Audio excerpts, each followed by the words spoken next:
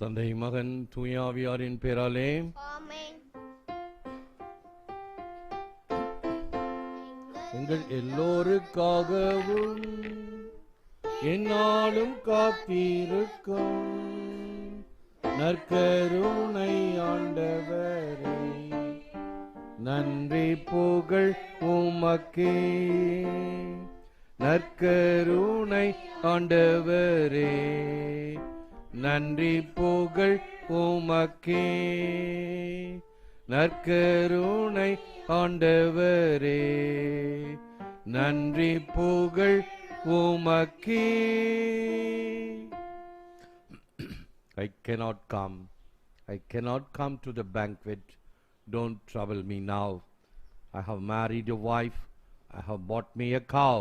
I have fields and commitments that cost a pretty sum. Pray hold me excused. I cannot come. இறைவன் உன்னை என்னை இன்று அழைக்கிறார். அழைப்புக்கு செவிமடுப்போம். இல்லை என்றால் எருசலேம் எவ்வாறு அழைப்புக்கு செவிமடுக்கவில்லையோ, அழிந்து போனதோ அழிந்து போவோம். கடவுள் வந்த காலத்தை அறிந்திடாத எருசலேமே, படையெடுத்து பகைவர் உன்னை தரையின் மட்டமாக்கிடுவார். கல்லின் மீது கல்லில்லாமல் காலம் உன்னை சீர்குலைக்குமே என்று சொல்லி நகரை நோக்கி முத்துதிர்த்த எம்மேசுவே சரணமே. I cannot come. I cannot come. I cannot come to the banquet. Don't trouble me now. I have married your wife. I have bought me a cow. I have fields and commitments that cost a pretty sum. Pray hold me excuse. I cannot come. I cannot come.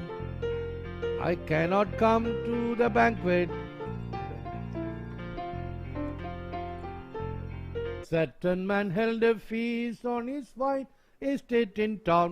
He laid a festive table and wore a wedding gown.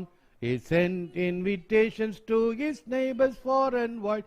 But when the meal was ready, each of them replied, I cannot come. I cannot come to the banquet. Don't trouble me now. I have married your wife. I have bought me a cow. I have fields and commitments that cost a pretty sum. Pray hold me excuse. I cannot come.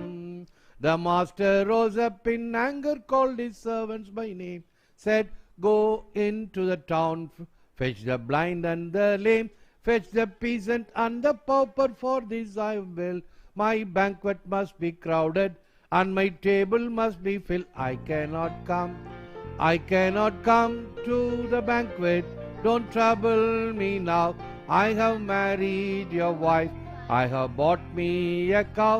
I have fields and commitments that cost a pretty sum. Pray hold me excuse. I cannot come. When all the poor had assembled, there was still room to spare. So the master demanded, Go search everywhere, to the highways and the byways, and force them to come in. My table must be filled before the banquet can begin. I cannot come. I cannot come to the banquet. Don't trouble me now. I have married your wife. I have bought me a cow. I have fields and commitments that cost a pretty sum. Pray hold me excuse. I not come. நான்காவது அடிதான் முக்கியம். Now God has written a lesson for the rest of mankind. If we are slow in responding, He may leave us behind. He is preparing a banquet for that great and glorious day when the Lord and Master call us. Be certain not to say, I cannot come. இறுதியில் ஆண்டவர் உன்னை விருந்துக்கு அழைக்கும் பொழுது என்னால் வர முடியாது என்று நொண்டி சாக்கு சொல்லாதே. எழுந்து நிற்போம். ஆண்டவரே இரக்கமாயிரம். கிறிஸ்துவே இரக்கமாயிரம். ஆண்டவரே இரக்கமாயிரம்.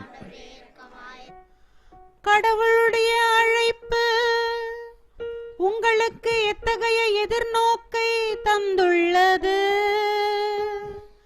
என்று நீங்கள் அறியுமா? அகக்கண்கள் ஒளியூட்ட பெறுவனவாக.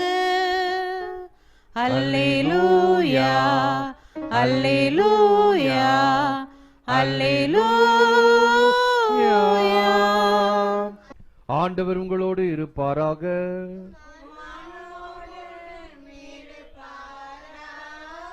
புனித மத்தேயு எழுதிய நற்செய்தியிலிருந்து வாசகம்.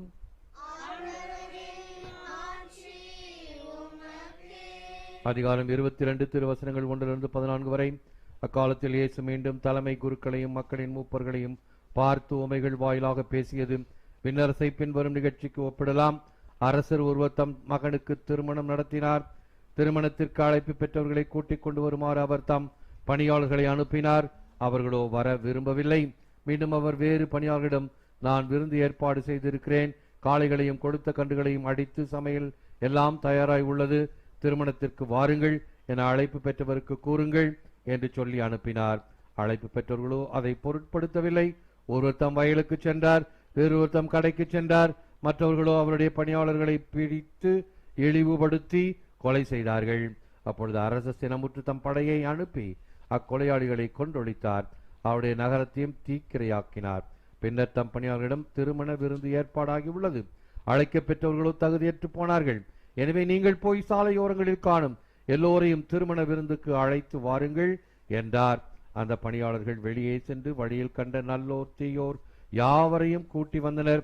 திருமண மண்டபம் விருந்தினரால் நிரம்பியது. அரசர் விருந்தினரை பார்க்க வந்தபோது அங்கே திருமண ஆடை அணியாத ஒருவனை கண்டார். அரசர் அவனை பார்த்து, தோழா, திருமண ஆடையின்றி எவ்வாறு உள்ளே வந்தாய் என்று கேட்டார். அவனோ வாயடைத்து நின்றான். அப்போது அரசர் தம் பணியாளர்களிடம், அவனுடைய காலையும் கையையும் கட்டி புறம்பே உள்ள இருளில் தள்ளுங்கள், அங்கே அழுகையும் மங்களாய்ப்பும் இருக்கும் என்றார். இவ்வாறு அழைப்பு பெற்றவர்கள் பலர், ஆனால் தேர்ந்தெடுக்கப்பட்டவர்களோ சிலர். இது கிறிஸ்து வழங்கும் வாழ்வு தரும் நற்செய்தி. கிறிஸ்துவே உமக்கு புகழ். எல்லாம் இறைவா, நாங்கள் வேண்டிய இந்த மன்றாட்டுக்களை எல்லாம் தயவுடன் செவிமடுத்து இவைகளையெல்லாம் நாங்கள் பெற்று நலமுடனும் வளமுடனும் வாழ உம்மை மன்றாடுகிறோம். ஜெபிப்போமாக. இறைவா, இந்த வியத்து அருட்சாதனத்திலே உம்முடைய திருப்பாடுகளை நினைவை எங்களுக்கு விட்டு சென்றி உமது திருவுடல் திரு ரத்தம் இவற்றின் மறைபொருளை வணங்கும் நாங்கள் உம்மை பின் பலனை இடைவிடாமல் அனுபவிக்க அருள் புரியுமாறு உம்மை மன்றாடுகிறோம். இறைவனாக என்றென்றும் வாழ்ந்து ஆட்சி செய்கின்றவர் நீரே.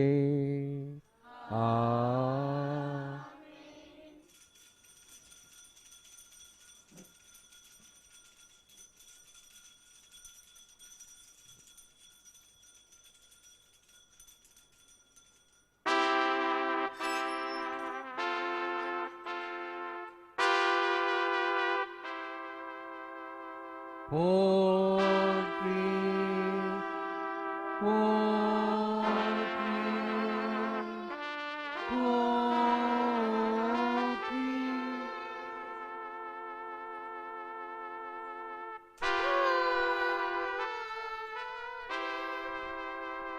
அமருங்கள். Many are called, but few are chosen. மத்தேயு 22:14. அழைப்பு பெற்றவர்கள் பலர், ஆனால் தேர்ந்தெடுக்கப்பட்டவர்களோ சிலர்.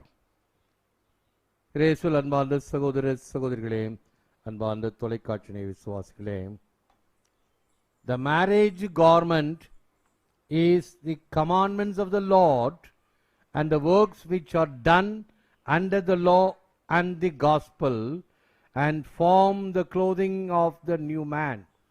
Saint Jerome.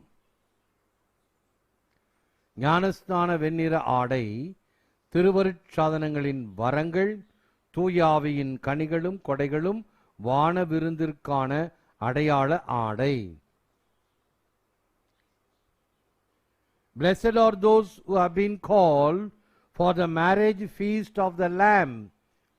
வெளிப்படுத்தலாகவும் the book of Revelation 19:9. செம்மறியின் விருந்துக்கு அழைக்க பெற்றோர் பேறு பெற்றோர். அருமையான பாடலும் உண்டு. Cheap grace and costly grace. ஒரு ஒப்பீடு. Cheap grace we bestow on ourselves. Costly grace, the gospel which must be sought again and again. Cheap grace, the preaching of forgiveness without requiring repentance. costly grace, gift which must be asked for. Cheap grace without discipleship, சீடராகக்கூடிய தன்மை இல்லாதது. என்னது? ரத்தின சுருக்கமாக நான் அடிக்கடி சொல்வேன், தன்னையே மறக்க, தன்னையே மறுக்க, தன்னையே திறக்க. இதுதான் உண்மையான சீடத்துவம். உன்னையே மறக்க வேண்டும். செல்ஃப் அப்னகேஷன். எனக்கு தேவை, இவையெல்லாம் தாண்டி வர வேண்டும். சோறு கண்ட இடம் சொர்க்கம், திண்ணை கண்ட இடம் தூக்கம், கால் போனபடி போக்கம், வந்ததை விதி, வெந்ததை வின்று சாவுகின்ற கேடுகட்ட மனிதர்கள். பாரதியார் இவ்வளவுதான் திட்டியிருக்கிறார். அப்படியும் நிறைய பேருக்கு ஒரு திருந்துவோம், நமக்கென்று ஒரு குறிக்கோள் உண்டு. நாம் யாருக்கும் குடியெல்லோம், நமனை அஞ்சோம், சாவ கூட பயப்பட மாட்டேன், அந்த சர்வேஸ்வரனுக்கே அஞ்சுவோம். பைபிள் வார்த்தை கிடையாது, தமிழ் இலக்கியத்தில் சொல்லப்படுகின்ற வார்த்தைகள். Cheap grace without the cross. சிலுவை வேணாம். ஒருவேளை நாம் இப்படி ஜெபித்தோம் என்றால் நாம் இந்த கேட்டகரியில் இருக்கணும்னு அர்த்தம். என்ன? ஆண்டவரே, எனக்கு எந்த துன்பமும் வரக்கூடாது, எந்த பிரச்சனையும் வரக்கூடாது, எந்த கஷ்டமும் வரக்கூடாது. வராம இருக்குமா? வரும். எந்த பிரச்சனை வந்தாலும் ஆண்டவரே எனக்கு அதை தாங்கக்கூடிய சக்தியை கொடு, அதை வெல்வதற்கு வேண்டிய யுக்தியை கொடு, அதை கடந்து செல்வதற்கு வேண்டிய பாதையை காட்டு, ஒளியை கொடு. அப்படிதான் ஜெபிக்கணும். கண்டிப்பா வரும். அதான் என்ன சொல்லுவாங்க, ஒரு டாக்டர்கிட்ட போனா எனக்கு எப்ப பார்த்தாலும் சளி பிடிக்குது, டாக்டர் சொன்னார் மூக்கு இருக்கிற வரைக்கும் சளி பிடிக்கும், மூக்கு அறுத்துரு அப்படின்னா. இவைகளெல்லாம் வரக்கூடியவைகள்.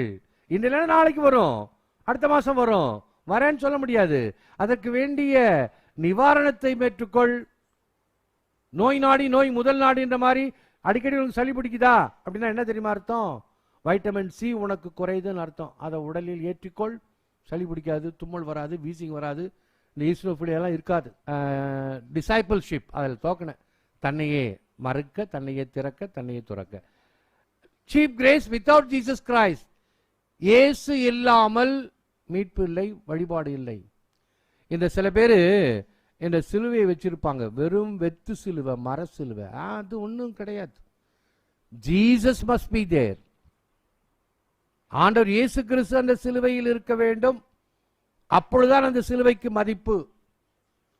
Costly grace, gift which must be asked for, the door at which a man must knock. ஆண்டவரிடம் தட்டிக்கொண்டே இருக்க வேண்டும். ஆண்டவரே, இதோ நான் வந்திருக்கிறேன். It calls us to follow Jesus Christ. It costs a man his life and it gives a man the only true life. Maximilian Kolbe பற்றி உங்களுக்கு தெரியும், த லேட்டஸ்ட் வேத சாட்சி. நிறைய பேர் இப்போ வேதத்துக்காக இறந்துகிட்டு இருக்கிறாங்க. அந்த மனுஷனுடைய, அந்த ஃபாதருடைய வாழ்வு மிக மிக போட்டு தகுந்தது. ஜெயிலில் இருக்கிறாங்க இந்த கம்யூனிஸ்ட், அந்த பெர்சிக்யூட்டர்ஸ். ஒருத்தன் தப்பி போயிட்டான். தப்பி போனவனை பற்றி துப்பு கொடுக்கணும், இல்லைன்னா உங்களை யாராவது ஒருத்தனை சுட்டு கொண்டு விடுவோம் சொல்லி ஒருத்தனை கெத்தா பிடிச்சிட்டு போயிட்டாங்க. அவன் கதறான், ஐயோ ஐயோ என் பொண்டாட்டி பிள்ளைங்கள்லாம் இருக்கிறாங்களே, நான் எப்படி சாமேன். அவன் கதறதை பார்த்து ஃபாதர் மேக்மில்லன் கோல்பே சொல்றாரு, என்னை சாகடியுங்கள் அவனுடைய இடத்தில். அவனுக்கு மனைவி மக்கள் உண்டு, எனக்கு யாரும் இல்லை, நான் அவனுக்காக உயிரை கொடுப்பேன். இறந்தாருங்க the latest saint martyr Maximilian Kolbe. யாருக்காக? என்னுடைய தெரியாது யாருனோ, அவனுக்கு பதிலாக நான் இருக்கிறேன். அப்படித்தானே ஆண்டவர் இயேசு கிறிஸ்து நமக்காக. gives a man the only true life, cost a man his life. ஆண்டவரிடம் வாழ்வை கொடுக்க வேண்டும். தயவுசெய்து கோச்சிக்காங்க. சில சமயத்தில் கொச்சையா சொன்னா தான் சில சமயத்தில் நம்மளுக்கு மண்டையில உரைக்கும், மண்டையில கொட்டும். ஆண்டவர்கிட்ட வந்து, ஆண்டவரே, இந்த வாக்கு கொடுக்குறாங்க இல்லையா, வாக்கு தத்தெல்லாம் கொடுக்குறாங்கல்ல, ஆண்டவரே, அது எப்படி கொடுப்பாங்க? கடவுளேன்னு கூட சொல்ல மாட்டாங்க. பரிசுத்த தம திருத்துவமே அப்படின்னு தம திருத்துவத்தை கூப்பிட்டு எல்லாத்தையும் உங்களுக்கு சமர்ப்பிக்கிறேன் அப்படின்னு சொல்லுவாங்க. அந்த வாக்குறுதி கொடுக்கும்போது, ஆண்டவரே என் உயிரையும் கொடுக்கிறேன்னு சொல்லுவாங்க. ஆனால் நான் சொல்லுவேன், வாழ்க்கையில் அனுபவத்தில் பார்த்தேன், இதை கூட கொடுக்க மாட்டாங்க. உண்மையிலும் உண்மை. அந்த காலத்தில் மொட்டை அடிப்பாங்க, அடிக்கிறாங்களா? சிலதெல்லாம் சொன்னால் வலிக்குது. பெரிய வியாழக்கிழமை அரியாங்குப்பத்தில் ராத்திரி ஆராதனை எல்லாம் முடிச்சுட்டு அந்த ஒரு வண்டி ஒன்று வச்சுருப்பேன். இங்கே இப்போ ஆரம்பிக்கும், திருப்பி போய் ஸ்டேஜுக்கு போவோம். அந்த கல்வாரியை ஜோடிக்கணும் பெரிய வெள்ளிக்கிழமை. வியாழக்கிழமை அந்த இயேசுடைய ராப்போசன படம் போட்டு மேடையை போட்டு அந்த வண்டியில் தயார் பண்ணி வச்சுருப்பேன். எல்லாம் முடிச்சுட்டு மக்கள் எல்லாம் ஆராதனை முடிச்சுட்டு போயிடுவாங்க. அந்த வண்டியை கொண்டாந்து பங்கு தந்தை இல்லத்துக்கு முன்னாடி நிறுத்திடுவாங்க. அடுத்த நாள் வெள்ளிக்கிழமைக்கு தயார் பண்ணணும். வெள்ளிக்கிழமை காலையில் கோயில் ஆராதனை நடக்கும். இங்கே இருக்கு இல்லையா, ஒரு 4 சிஸ்டர்ஸ் அனுப்புங்கம்மா யாராவது வந்தாங்கன்னா அப்படின்னு. ஏன்னா வியாழக்கிழமை அந்த உண்டியல் காசெல்லாம் எண்ணணும். மக்கள்கிட்ட அடுத்த நாள் நான் கணக்கு சொல்வேன். எனக்கும் வேலை முடிஞ்ச மாதிரி இருக்கும். ஆகவே வந்தாங்க 4 சிஸ்டர்ஸு. நான் இன்னும் தயாராகலை, ஏதோ வேலையாக இருந்தேன். ஏம்மா நான் கொஞ்சம் இந்த தயார் பண்ணி வைக்கிறேன், அந்த உண்டியல் என்றதுக்கு இந்த ட்ரே கிரேலாம் எடுத்து வைக்கணும் டேபிளில். அதை தயார் பண்ணுறதுக்குள்ளார அந்த வண்டியை பிரித்து, அது வியாழக்கிழமைக்குரிய டெக்கரேஷனு, கல்வாரி மலை மாதிரி டெக்கரேட் பண்ணுங்க. எங்களுக்கு தெரியாது. என்னம்மா நான் உங்களுக்கு சொல்லி கொடுக்குறேன் எப்படின்னு. அந்த ஸ்டெப்ஸ் இருக்குது இல்லையா, அந்த ஸ்டெப்ஸை போட்டுக்குங்க. அங்கே பாருங்கள் மூங்கில் இருக்குது, குடில் கட்டுவோம் இல்லையா, அந்த குடில் மாதிரி மூங்கிலை வளைச்சி கட்டுங்க. இந்த முள்ளெல்லாம் எடுத்து வைங்க, சின்ன முள்ளெல்லாம் கல்வாரி தெரியும். அந்த பேப்பர் இருக்குது, இந்த ப்ரௌன் பேப்பர், அதை அப்படியே கல்லுக்கெல்லாம் செஞ்சு வைங்க. சிஸ்டர்ஸுக்கு தெரியாது, மூஞ்சியை சுழிச்சுக்கிட்டு செய்கிறாங்க. நாங்கள் சில்லறைன்றதுக்கு தான் வந்தோம், இவர் வேலையை விடுறாரு இவர் அப்படின்னு. வேலை செய்கிறதுக்கு அவ்வளவு கஷ்டங்க. இவர்கள் எல்லாம் உயிரை கொடுப்பார்கள், நிச்சயமாக உயிரை கொடுப்பார்கள்.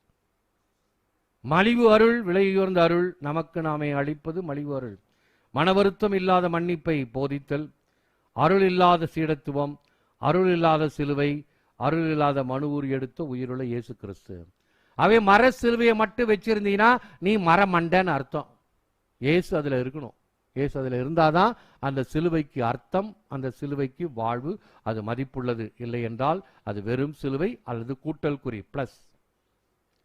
விலை உயர்ந்த அருளாவது மீண்டும் மீண்டும் நற்செய்தியை நாடுவது, பரிசாக நாடுவது, ஒருவர் தட்ட வேண்டிய கதவு. இத்தகைய அருள் விலை உயர்ந்தது, ஏனெனில் அது இயேசுவை பின்பற்ற அழைக்கிறது. ஒரு மனிதனின் வாழ்வே அதன் விலை, அவ்வருளே ஒருவனுக்கு உண்மையான வாழ்வை அளிக்கிறது. வாழ்க்கையில் திரும்ப கிடைக்காத 3: கடந்துவிட்ட நிமிடம், தவறவிட்ட சொல், நழுவவிட்ட வாய்ப்பு. பூக்களையே எதிர்பார்த்து கவலைப்படும் நாம் வேர்களை கவனித்துக் கொண்டால் போதும், அவை பூக்களை கவனித்துக் கொள்ளும். வேர் நனைஞ்சா போதும், ஆட்டோமேட்டிக்கா உனக்கு பூ கிடைக்கும். அப்படி அடிப்படையில் இருப்பது நம்முடைய விசுவாசம். அந்த விசுவாசத்தை பார்த்துக்கொள், அது உனக்கு பலன் தரும், பூக்களை தரும். ஜெபம். Lord Jesus, may I always know the joy of living in your presence and grow in the hope of seeing you face to face in your everlasting kingdom. ஆண்டவராகிய இயேசுவே, என்னாலும் பிரசன்னத்தில் வாழும் ஆனந்தத்தை உணர்ந்து வாழ்வேனாக. முடிவில்லா பேரின்ப வீட்டில் உம்மை முகமுகமாய் தரிசிக்கும் பாக்கியத்திற்கான நம்பிக்கையில் வளர்வேனாக. ஏற்று வரம் அருளும் இறைவா, காக்கும் கரங்களினால். ஆமேன், ஆமேன். ஆண்டவர் நற்கருணை மாலை.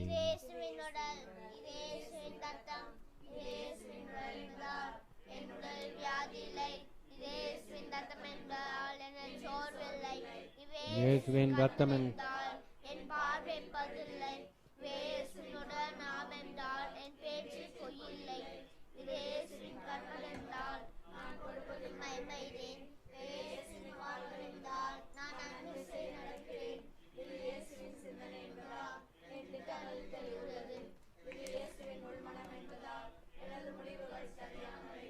இயேசுவின் நடுமனம் என்பதால் என் குறைகள் எல்லாம் குணமடைகின்றன.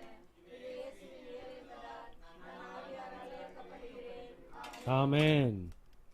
இயேசுவில் அன்பார்ந்த சகோதரன் சகோதரிகளே, அன்பார்ந்த தொலைக்காட்சி விசுவாசிகளே, அநேகர் இந்த ஃபவுண்டேஷன் மாஸ் என்று சொல்லுவார்கள். ஃபவுண்டேஷன் மாஸ் என்றால் தினமும் திருப்பலி, வருடம் முழுவதும் திருப்பலி. அதுதான் அன்பொழியை தாங்குவது. கேரிங்னு சொல்றேன் இல்லையா, caring, sharing, praying and subscribing என்கின்ற வகையில் அந்த பங்கேற்பது என்பது இப்படி அதனுடைய ஒளிபரப்பில் அதற்காகின்ற செலவை சில பேர் ஒவ்வொரு நாள் உபயம் கொடுப்பார்கள். ஒரு நாள் உபயம் என்பது ஆகின்ற செலவை மொத்தமாக கணித்து வகுத்து பார்த்தால் ஒரு நாளைக்கு ப்ளஸ் ஆர் மைனஸ் 3000 வரும் ஒரு நாள் உபயமாக. அப்படி நிறைய பேர் தேர்ந்தெடுக்கிறீர்கள். இவைகள் எல்லாம் உங்களுடைய தாராளத்தை காட்டுகிறது. மிகப்பெரிய செயல் இன்றும் தொடர்ந்து நடைபெற்று வருகிறது. அதுவும் இன் லீப்ஸ் அண்ட் பவுண்ட்ஸ். சும்மா நொண்டிட்டு நடக்கல அல்லது தயங்கி தயங்கி நடக்கல. Leaps and pounds. நிறைய பேர் generous to the Lord, generous to the Lord. எந்த அளவையால் அளப்பீர்களோ அதே அளவால் உங்களுக்கு அளக்கப்படும். நீங்க தாராளம் எழுதினா உங்களுக்கு கடவுள் தாராளமாக இருப்பார். நிச்சயமாக 100% சோதித்து பாருங்கள். மலாக்கியா ஆகமத்திலிருந்து உன் படைகளின் ஆண்டவர் கூறுகிறேன், நீ என்னில் 10% கொண்டு வந்து சேர்த்தாயானால் பலகணிகளை திறந்து கொண்டு உன் வீட்டில் கொட்டுவேன். அடே அப்பா, பலகணினா மேல இருக்க வெண்டிலேட்டர் இருக்கு இல்லையா, வெண்டிலேட்டர் திறந்து கொட்டுவாராம். இது என்ன ஆண்டவர் வாக்கா? சும்மா உடான்ஸ் கூட ஆண்டவர் விடுறாரா? கண்டிப்பாக செய்வார். பலகணிகளை திறந்து கொண்டு கொட்டுவேன். நிறைய காரியங்கள் சொல்லலாம். ஆண்டவரிடம் தாராளமாக இருப்போம், ஆண்டவருக்குரியதை செய்வோம், நம்மால் ஆனதை. நீ ஒன்றும் வழிஞ்சு கட்டிட்டு செய்ய வேண்டியதில்லை. அந்த ஏழை கைம்பன் 2 செப்பு காசுகளை போட்டால் அதுதான் பெரிது என்று ஆண்டவர் பாராட்டினார். அப்படித்தான். கருணை கடலாகிய கடவுளை, தகுதியற்ற எங்களுக்கும் திருமகனின் விருந்திலே பங்கு கொள்ள உரிமை அளித்தீர். இதற்காகவும் நாங்கள் பெற்றுக்கொண்ட அனைத்து நன்மைகளுக்காகவும் உமக்கு நன்றி கூறுகின்றோம். உமது நன்மைத்தனத்தை அனுபவித்த நாங்கள் தியாக மனப்பான்மையோடு உம்மை பின் செல்ல துணிவோமாக. எங்கள் ஆண்டவராகிய கிறிஸ்து வழியாக உம்மை மன்றாடுகிறோம். ஆண்டவர் உங்களோடு இருப்பாராக. எல்லாமல்ல இறைவன் தந்தை மகன் தூய ஆவியார் உங்களை ஆசீர்வதிப்பாராக. சென்று வாழுங்கள். திருப்பலி நிறைவேறிற்று. உமக்கு